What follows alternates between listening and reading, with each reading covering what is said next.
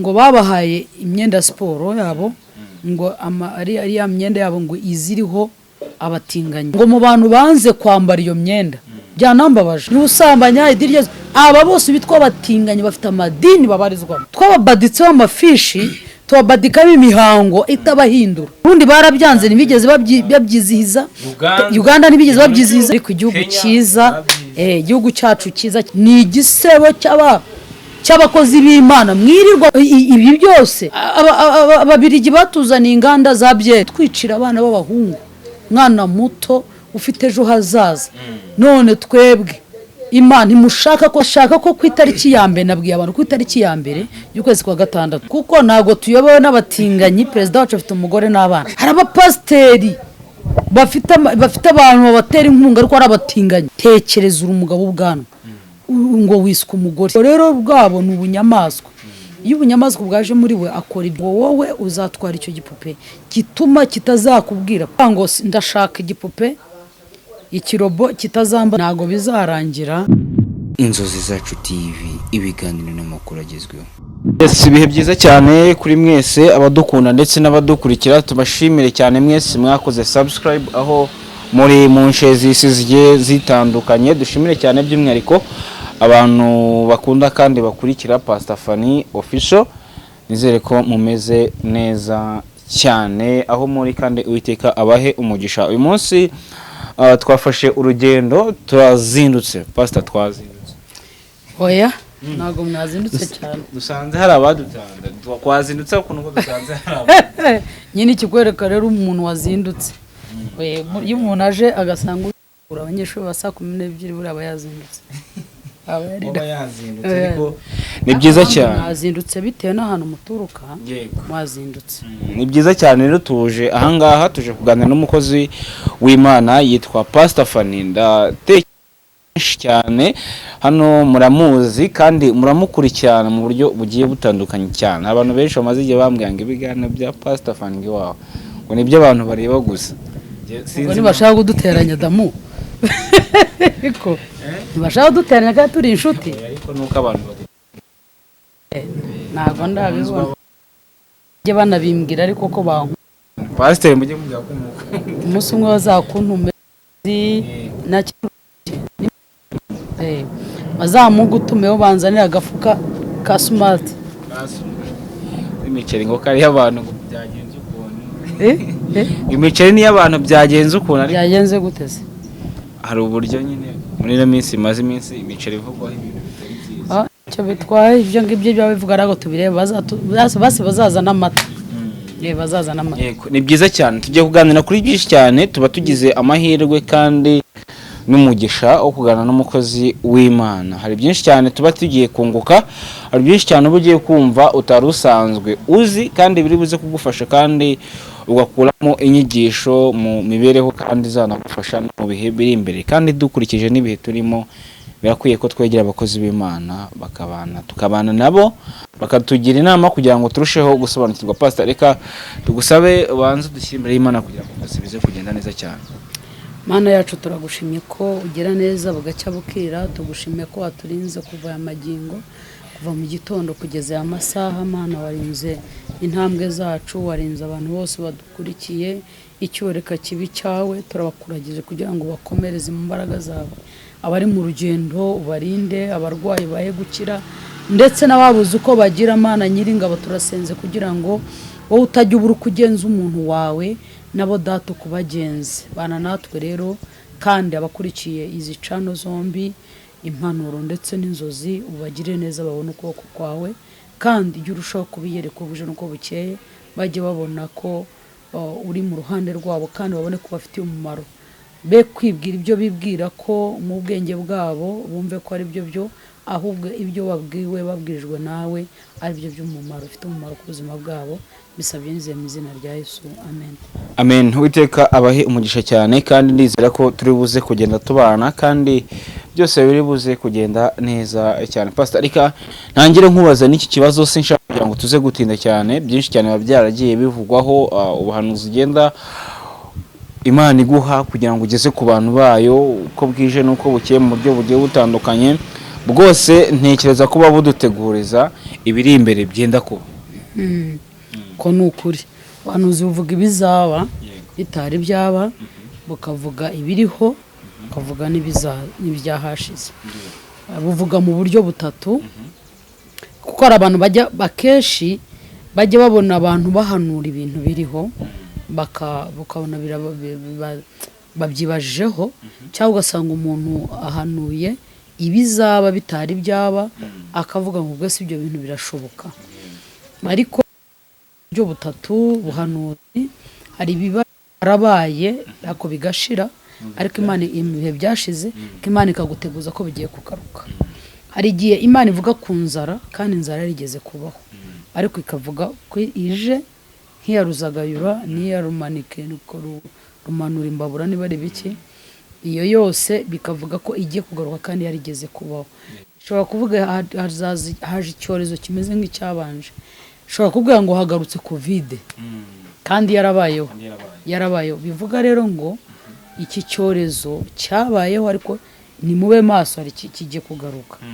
Ubundi buryo bwa kabiri Imana ivuga ibintu turiho ducamo, icyo gihe umuhanuzi akabwira ati mbonye abantu bijya gutse biriho, wajya kubona ugahita umuguta ibya, akabwira ati habaye iki, habaye aribwo bwa buhanuzi usanga abantu benshi bakunda kwita ngo uyu muntu arahanura ibiriho, ngo arahanura ibintu biriho bitandukanye no guhanura amakuru. Arahanura ngo ibintu byari biriho, ngo yabyumvanye runaka, ibintu nk'ibyo. Ubyo nabyo bibaho, ariko iyi step ya mbere n'iya kabiri ikoreshwa n'abahanuzi bato. Hakaza n'ubuhanuzi buvuga ibizaba, aribwo birivuga ngo umuhanuzi yemerwa ari uko ibyahanuye bisohoye. Ibitari byaba rero iyo bibaye nibwo wa muntu musanga uti warahanuye. Ibyo rero bihanurwa n'abantu ba Yeremiya, ba Yesaya, bavuze ubuhanuzi mu myaka 100 birasohora. Uwo muhanuzi rero iyo bitaraba agisohora ikiganiro cyangwa agisohora ubuhanuzi aterwa amabuye, baranamwanga, bamuvuga nabi, bavuga ko yavangiwe. Ari n'ababishyira mu nyurabwenge, uvuga ngo mu bitabo bya siyansi ivuga gutya, ibitabo by'abahanga runaka, ariko we abona mu myaka 100 kandi akayibona nka none ahangaha. Yesaya yahanuye Yesu aza nyuma y'imyaka 400, bo bumvaga ko yamaze kuza. Rero umuhanuzi ahanura icyo gihe kitari cyaba, yo cyabaye, ni ukuvuga ngo aba yahanuye. Ubwo buryo butatu, ubwo buryo bwose, kandi ubwo buryo bwose ubuhanuzi bwose aba ari ubuhanuzi. Yego, abantu babyanga babyemera, umuntu ashobora kuza akavuga ikintu twe tutanazi, ariko uko iminsi igenda ishira tukagenda tubibona, kandi nyamara icyo gihe yaratewe amabuye. Nicyo kintu wabwira abantu batera abantu amabuye bumvise ubuhanuzi wenda butaraba, bakavuga ati ibi ni umusazi, ibi ntibizabaho. Nicyo kintu wababwira wenda? Damuru ikintu nshobora kubabwira, nubwo ari na kirekire cyane, nubwo nanabikomeza, kubera ko uyu murimo wo guhanura hari abantu batazi imvune y'uyu murimo. Niba ari umurimo uvuna no guhanura cyane, umurimo wo guhanura uravuna. Cyambere uvunika mu isi y'umwuka, umubiri wawe ukavunika, icyakabunwa mu bitekerezo n'abakumva, gatatu usimbuka imitego.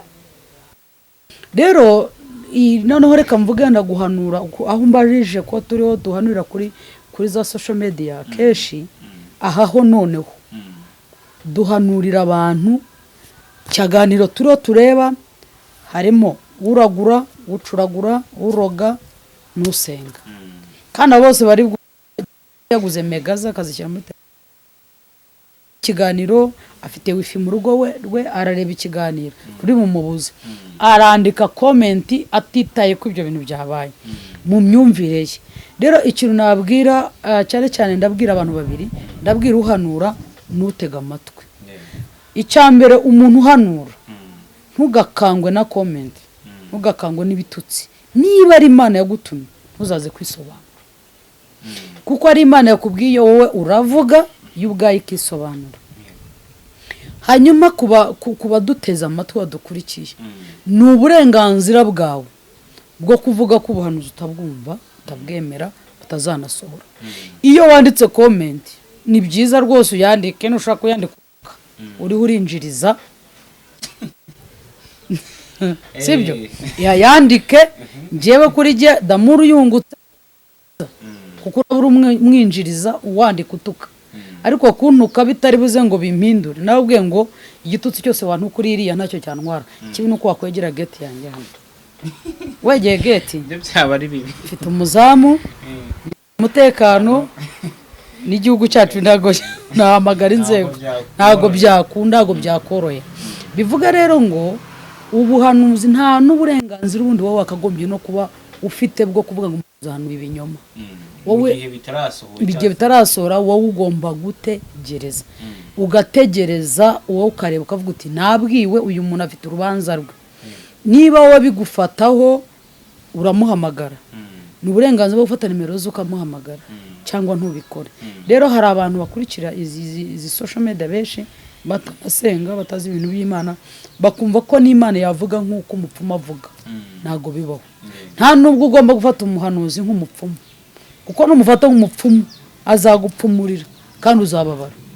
rero umuhanuzi araza akavuga ibyo yategetswe, wowe ukabyumva ko ijambo rivuga ngo mugundire ibyiza ikibi mu cyange. nicyo ngicyo ufite uburenganzira bwo kwifata uko byumva, ariko byanga bikunda umuhanuzi wahanuye agomba gusubira inyuma akarinda ubuhanuzi yahanuye, akabusengera kandi agahagarara agasenga. buriya hari ibintu biba ariko bikanasohora, ariko kuko tuba twasenze ugasanga kenshi niba yagombaga kwica abantu 1000 hapfuye abantu 100 cyangwa 10. kubera ko ya masengesho yabera yari ibintu yagiye agabanya. rero iyo uhanuye usubira inyuma ukarinda bwa buhamya, iyo bakubonyeho imbuto zitandukanye nuko wahanuye nibwo ufite ikibazo. ni kenshi byahanuwe, ni kenshi byavuzwe mu biganiro cyangwa se mu butumwa wagiye utanga mu buryo bugiye butandukanye, wagendaga uvuga ko bizaba ibiri imbere kandi bigoranye cyane. mu bihe byashize twakoranye ikiganiro tuvuga ku bintu biri kugenda biba cyangwa se n'imyuka satani ari kugenda agaba mu gihugu y'abantu baryamana bahuje igitsina. kiganiro naje kugisubizaho kugira ngo iki ngiki tuze ko gikora, ariko abantu basobanukiwe neza kandi babonye ibyo ari byo. uyu munsi navuga ko ibyo twavugaga byagiye public ku rwego n'umuntu wese abibona. ari niyo mpamvu nkunda abantu bo ku nzozi, kuko rimwe na rimwe uri mu bantu ubuhanuzi mpanuye ububazanira. bivuga ngo niba ubuhanuzi buba bwarahanuwe bukanasohora, uza gufata ubuhanuzi ukanagaruka kuzana igisubizo cya bya bindi. bivuga ngo abantu ku nzozi ni abantu beza uko muzi amakuru ahagije, tuba tubizi kandi tuba turi kubikurikirana umunsi ku munsi. Pastor, uyu munsi nabonye n'ikiganiro wabikozeho mu minsi itambutse muri bwa buryo bwawe ukora ibiganiro nijoro. ntabwo biba byoroshye cyane, ariko wenda niko mbyuka umwuka akanyobora nkakubwira Gloria ni cana kamera, kandi warakoze kumwigisha gukamera. nibutse ko wowe wamwigishije cana kamera. gute ukora ikiganiro nijoro abantu birabatungura cyane? buriya twegwe ntago Paul yavuze ngo ntago tukira abacu ngo twigenge. uburyo ufite umwuka wera hari uburyo aguterura. Paul yavuze ngo umwuka wera yamujyanye mu ijuru rya 3. hari uburyo wicara uri mu buzima busanzwe, ariko ko hari ikibicitsanyo uba ufite muri wowe. naba nanaryamye n'umugabo akumva ndatambutse, hari n'igihe ashaka akambura ati ngiye gutanga. hari umunsi yaryamye noneho ndabyuka, ndangije nanditse kuri telefone nandikira Gloria ndamubwira ni cana kamera nje gutanga ubutumwa. undi turaryamye agiye noneho ndabyuka nkuramo night, nambara imyenda, maze kwambara imyenda bitangiye nanjye kwicara ducana itara. ducanye itara noneho dukora ikiganiro ndavuga zari saa 7 saa 8 z'ijoro. tumaze gukora ikiganiro ngaruka kuryama, noneho ngarutse abona ndiho ndambura ngo suvuye atari umugozi w'Imana yo kugira ngo mvuye ku muhanda gutega atese wagiye ryana nagiye gutanga ubutumwa. Ntabwo rero we abitindaho ko ari umukozi w'Imana kandi anshaka hari icyo yaranzimo ko nuko Imana yambwiye ko izankoresha mu buryo busa nk'uburyo budasanzwe. Uburyo budasanzwe ni ya masaha nk'ayo yose. Rero nibwo naje impita nkora ikiganiro muri ubwo buryo nyine wavugagamo. Uyu munsi ubifata gute cyangwa se ku ruhande rwawe nk'umukozi w'Imana kandi warabanje kubivugaho ndetse n'Imana uburyo yabikweretse, ubifata gute kuba idarapo ry'abantu baryamana bahuje ibitsina abatinganyi, kugira ngo abantu bose babyumve neza,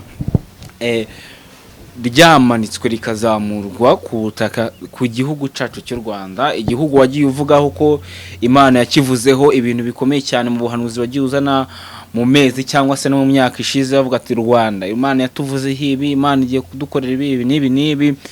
Ese kuba idarapo ry'abatinganyi abantu baryamana bahuje igitsina nicyo kintu Imana yanga mu buryo abantu bavuga cyane ko ari ikintu Imana yanga kuruta n'ibindi bintu byose, kuba iri darapo ryazamuwe mu gihugu cyacu bivuze iki ku ruhande rwawe cyangwa se bibona gute? Urakoze cyane Damuru. Icyo navuga cyo ni igitutsi ku gihugu cyacu gifite amasezerano, yego, mu buryo bw'umwuka. Hari umuntu wahoze ampa amakuru mu Bufaransa, hari ikipe y'umupira, ntago ndi umukinnyi w'umupira, ariko ngo ikipe y'umupira yaho ngo abakinnyi ngo babahaye imyenda siporo yabo, ngo ari ya myenda yabo ngo iziriho abatinganyi. Ije iriho abatinganyi ngo biba ngombwa ko bamwe banga kuyambara, kandi ni ikipe y'igihugu banga kuyambara. Ngo mu bantu banze kwambara iyo myenda byanambabaje ngo ni abayisilamu. Baravuga ngo ntabwo twambara kuko idini ryacu ntabwo ritwemerera ko twemera, imyize yacu nitwemerera kwemera abatinganyi. Ariko abandi bo kuko badafite icyo, kuko abanyarwanda cyangwa n'abandi hari abantu babaho bavuga ngo bafite idini. Dufite abantu bafashe idini nkaho ari umurage wa gakondo, batigeze bahinduka bitewe nuko n'abababwirije batigeze bahinduka, nabo ubwo batahindutse. Afite ifishi y'idini, iyi fishi y'idini afite ntabwo ituma agira icyo aziririza. Umudiva aziririza isabato, umuyisilamu azi ko agomba gusenga kangahe ku munsi, afite n'imyemerere ye. Ariko ugasanga umuntu ari muri aya madini ya gikristo, ariko niwe unywa inzoga, ngo idini ryacu ntitubuza kunywa inzoga, niwe usambanya idini ryacu. Aba bose bitwa batinganyi bafite amadini babarizwamo, bafite aho basengera. Yes, mu bantu maze kugenda nakira ntawe ndabona mu Isilamu. Iyo atari umugaturika, ni umuporoso, ni umwadeperi, ni umupandi, ni muri aya matorero y'ububyutse. Nabonye nta mudivuri maze kwakira umuporoso n'umwadeperi n'umuZion Temple kuri wese. Urumva ndakubona maze kwakira n'abandi bari mu nzira. Urumva maze kwakira n'undi w'umuyehova. Urumva maze kwakira abantu benshi baya matorero aya, kandi abo nabaramye bakomeye. Wabyumvise cyane. Hari n'abandi basajya mu matorero bataza kunyukubitira imijugujugu, ufite abambari benshi, ariko baraho ngabo, ariko ntawe umwisilamu barabyambara. Twababaditseho amafishi, tubabadikamo imihango itabahindura. Rero ni igitutsi ku gihugu gifite ubukristo, ariko ko Imana ikunda u Rwanda nubwo baje bakabimanika. Politike nago nyitindaho, n'abayobozi b'igihugu nago mbatindaho, kuko bakora za leta z'isi ntibazi Imana. Ariko umugani wa perezida avuze ngo ntibari bazi Imana. Ibi byose batinganye bazanye, ikintu cyambabaje nta muzungu wamanditse na bendera, byamaritswe n'abirabura. Ese mu Abanyarwanda bacu, abantu muri Kongo muri Kongo badasimbizi, Burundi barabyanze ntibigeze babyizihiza, Uganda ntibigeze babyizihiza, Tanzania ntibabyijihije. Ariko igihugu cyiza, igihugu cyacu cyiza cy'imisozi igihumbi, Abanyarwanda beza baragikora. Ni igisebo cy'abakozi b'Imana mwirirwa mu ndege tubonye ibyo mutuzaniye niba baje gutumanikira kuri ambasade mwirirwa mu Birihutirwa kandi uri profete uri umuhanuzi werekwa ni ukuvuga ngo tubonye umubano utuzaniye ibi byose Ababirigi batuzaniye inganda za byeri uyu munsi inzoga zirashira muri stoke baracyanywa baracyarima nanyoye sinze nanyoye nasi turacyanywa inzoga Munyarwanda yinyweraga urwaga rw'akabaho gakora akabaho mu bupfura ariko uyu munsi dufite abantu bimukiye mu tubari biturutse kuri abazungu batuzani baje kutwicira abana b'abahungu mwana muto ufite ejo hazaza none twebwe Imana imushaka ko twigi maze iminsi ndwana n'intambara z'abakozi b'Imana bitwa abakozi Imana ngo sinkigisha abantu ngo kwirirwa mbwira abantu ngo Imana ntago yica ngo twirirwa ngo nigisha abantu by'agakiza ye wowe wanze kwigisha iby'agakiza none tubonye ibyo wirirwa wigisha ibendera by'abatinganyi ariko nabwiye ndashaka ko ku itariki ya mbere nabwiye abantu ku itariki ya mbere y'ukwezi kwa gatandatu tuzatangira amasengesho yo gusenga aho uherereye hose igihugu uherereyemo tuzakora amasengesho dusenge ushobora kuba ibendera rizamuwe ariko rikabaho ari gisitati mu ijuru Imana yaramaze kurica kuryirukana rikaba rihari ariko ntacyo rimaze kuko ntago tuyobowe n'abatinganyi perezida wacu afite umugore n'abana dufite abaminisitiri dufite abadepite b'abatinganyi bakora ibyo bafitiye imiryango bayiyoboye ino miryango yari babayoboye amakampani bayoboye bazana inkunga sindi bubavuge ariko abo muyoboye nibo bavuga ariko ibyo byose murabikora hari abapasiteri bafite abantu babatera inkunga ariko ari abatinganyi ukabona itorero rirabuminga rimeze ahantu bashaka kubaka kasidro itarimo umwuka wera wirirwa ubeshya abantu imigisha itabaho imigisha isengesho ry'umupagani ikizira ngo abadive nibaryo niba ku ruhande rumwe iki kintu wenda niba abantu bavuga ati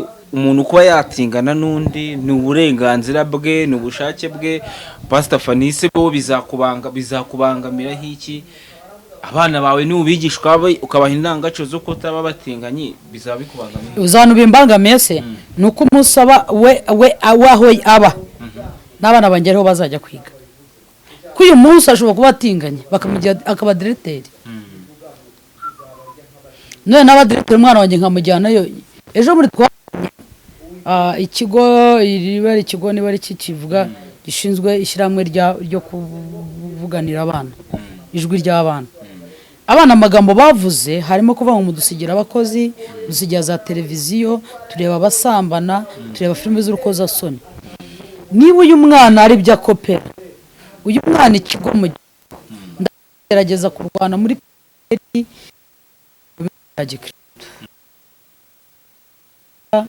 yiga mu kigo cy'umupasitori none ndacyarwana nibagera muri segonderi ngasanga uwo munyago w'umutinganyi niwe bahaye ikigo niwe diregiteri niwe mwarimu azamfatira abana mfite n'ibyana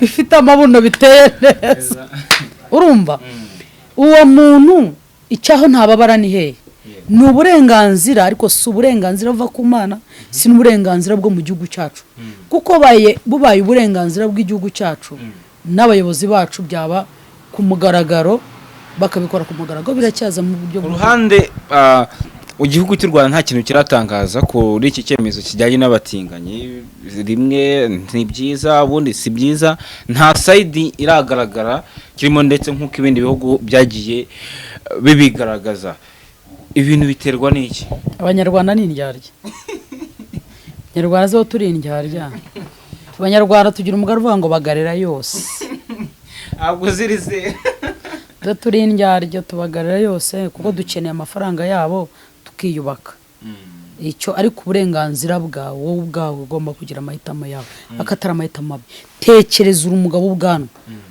ngo wiswe umugore uraho iyo ni umugambi wa Satani kugira ngo yica abana bamara usi igihugu cyacu nuko byaramwe ko turo twiyubaka turo dushibuka tuvuye muri jenoside twari dutangiye kuzamuka bapfuye ko ari benshi tugifite amarira n'agahinda ukibabaje ukuntu bibaye mu kwa gatanu mu kwa kane ariho twari turiho twibuka turacyari mu minsi 100 turacyarira fate nk'umuryango umwe warokotse agasigara umuntu umwe nawe w'umwuzukuru uyu mwuzukuru atangiye nawe itayoboka ibi bintu abumutinganyi azime burundu Ibingibi nibyo kuzimiza umuryango none se ariko damu kumbaza ibyo uzi nka mwarimu wowe koko urabona umugabo ku mugabo bazabyara umugore ku mugore se bazabyara yego ntago zaje imashini se zibya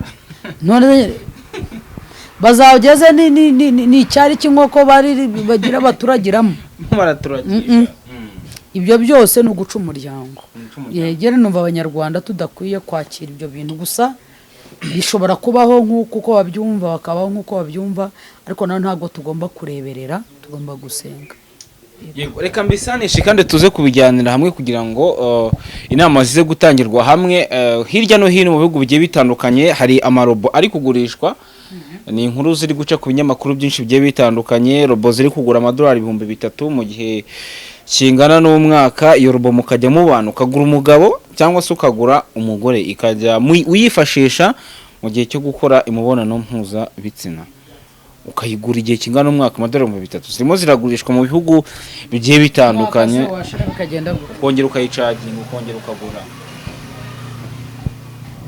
nyine ibyo byose ni imirimo ya Satani ari wazana mu bantu kandi yo kuvuga ngo akureho ubumuntu umuntu ugiye gukoresha robo nawe aba ari robo nta bumuntu aba afite mbese ubwo umuntu ameze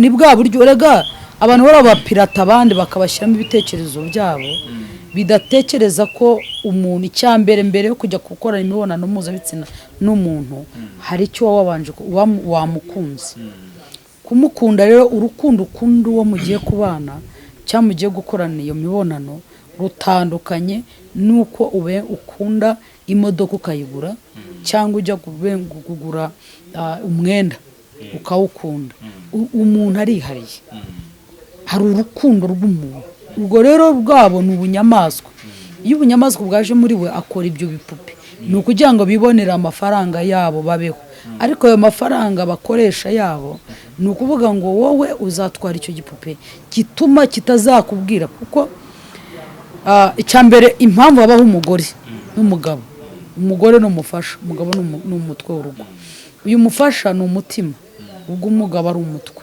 umutima utera utera utekereza ni ukuvuga ngo uyu muntu ushaka ibyo ni ukuvuga ngo ndashaka igipupe ikirobo kitazambaza ngo wakoreye angahe kitazambaza ngo watashye sangahe kandi ubwo ukubaho mu buzima wigenga ntabwo uba ufite ubumuntu buri kirara nicyo kizimiza kikishaka kigenga ariko umuntu muzima buriya hari ikintu kijya kiba ku mugore wenda sinzi ko biba ku bandi ariko giye kuri jyewe biranezeza nezezwa no kubwira umugabo ningiye ahantu cyangwa nkanezezwa no kumubwira mu ruhushya mba numva binshimishije nkanezezwa no kumubwira nti ndatashye cyangwa akampamagara akambwira ngo ugeze he riramfasha ugeze he uraza ryari ibyo ni ibintu muri jye bimfasha nkanezezwa no kuba namubwira ni ibi nibi ntabihari biduhe akabiduha kandi nanjye wenda bitavuze ko hari ibindi ntaguze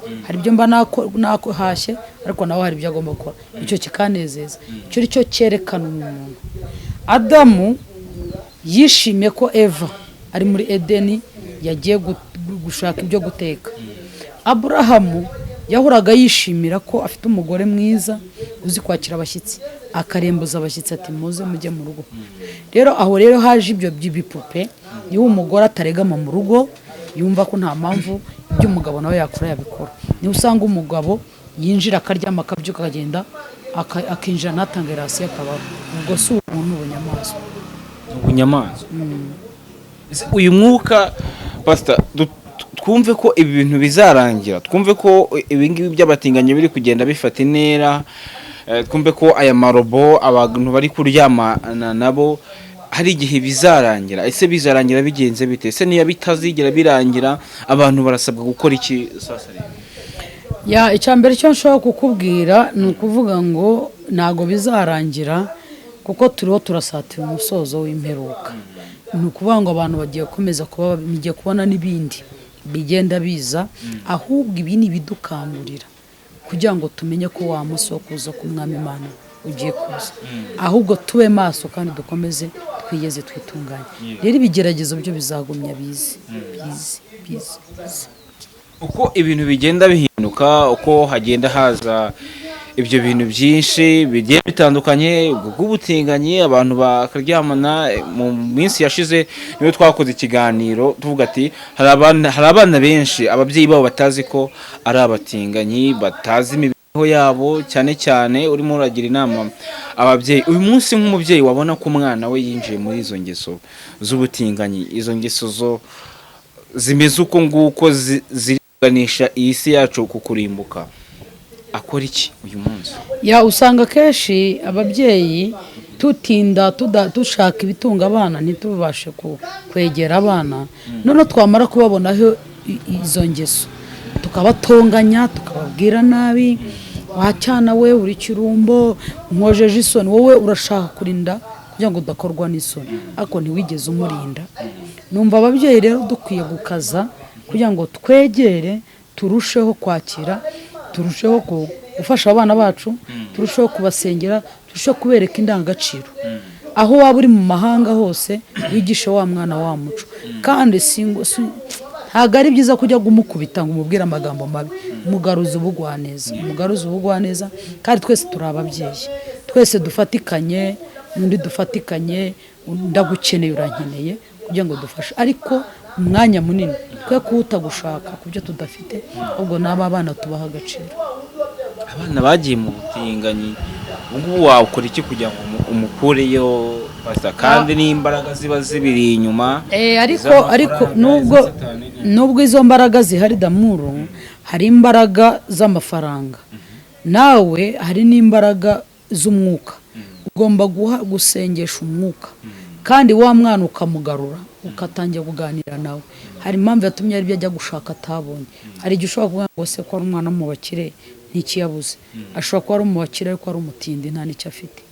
Rero ugomba guhera ku mwana. Ntabwo umwana ari uko uzakuba wamuhaye, ari uko uzamuha telefone nziza, laptop nziza, uzamuha imodoka, ariko hari n'igihe ugomba kumuha igihe kandi ukamwereka ko n'ibyo akeneye bitamufite umumaro, ukagenda umwereka, ariko ntutegeze ko ajya gusabiriza. Yego, ni byiza cyane, kandi aba ari inama zikwiriye kugira ngo abantu bazigeho kandi babashe gusobanukirwa, kandi abasenga bo bakwiriye gusenga, sibyo pastor? Cyane rwose mbanasenge cyane, kuko buri uko abakozi ba Satani bo barushaho gukora cyane, ariko natwe twe kudamarara, twe kwishimira imigisha tugezemo, twe kwishimira ko wubatse amazu, twe ufite amamodoka, twe kwishimira ibyubahiro ugezemo, ko wirukanka uvaho ukajya aha, ahubwo wishimire ko hari abantu uri guhindura mu buryo bw'umwuka. Kandi itorero rya mbere ni iwawe mu rugo. Utabanje guhera mu rugo iwawe biragoye kuzajya kwigisha ku muturanyi wawe. Rero ku bantu basenga mwese, mureke dushyire hamwe dusenge, mureke dushyireho ibicaniro dusenge, dusengera abana bacu. We kujya gusengeshesha kubw'ibibazo byawe, kubw'amadeni akomere nawe, kubw'akazi ushaka, kubw'iki. Ujye gusenga, wa mujeni we usengera urushako rwawe, akusengera n'abana. Uvuga uti bana nkeneye umugabo mwiza, nkeneye umugore wubaha Uwiteka, ariko Mana uzame n'abana b'umugisha, kuko biratubwira ngo abana ni umwana uva ku Uwiteka, hahirwa ikirimba kibagize gute kibafite. Urumva rero ni ukuvuga ngo ubafite aserukira mu marembo, avuga n'abanzi mu marembo, barakurwanira, baguha icyubahiro, baguha ishema, ariko igihe wabyaye nabi nta shema ashobora kuguha. Rero nta waseka umubyeyi warwaje, nta n'uwaseka umubyeyi wahuye n'ibyo bibazo, ahubwo turagukomeje, ahubwo nagusaba kongera ibihe cyane byo gusenga. Yego, ni byiza cyane. Rero reka tubashimire cyane mwese mwabanye natwe muri iki kiganiro. Habwirwa benshi akumva beneyo, ibihe byo bigenda bihinduka umunsi ku munsi, ariko bifatikanyije hamwe tugasenga. Pastor afite ku itariki ya mbere kwa gatandatu hari kubura iminsi igera ku minsi 10 ndatekereza. Reka wenda tuzagira amahirwe tuzakora ikindi kiganiro, ariko by'umwihariko nawe wakubanye natwe mu kiganiro, reka tugwe nimero za Pastor. Ushobora kumwandikira kuri WhatsApp, amasengesho azajya aca kuri Zoom.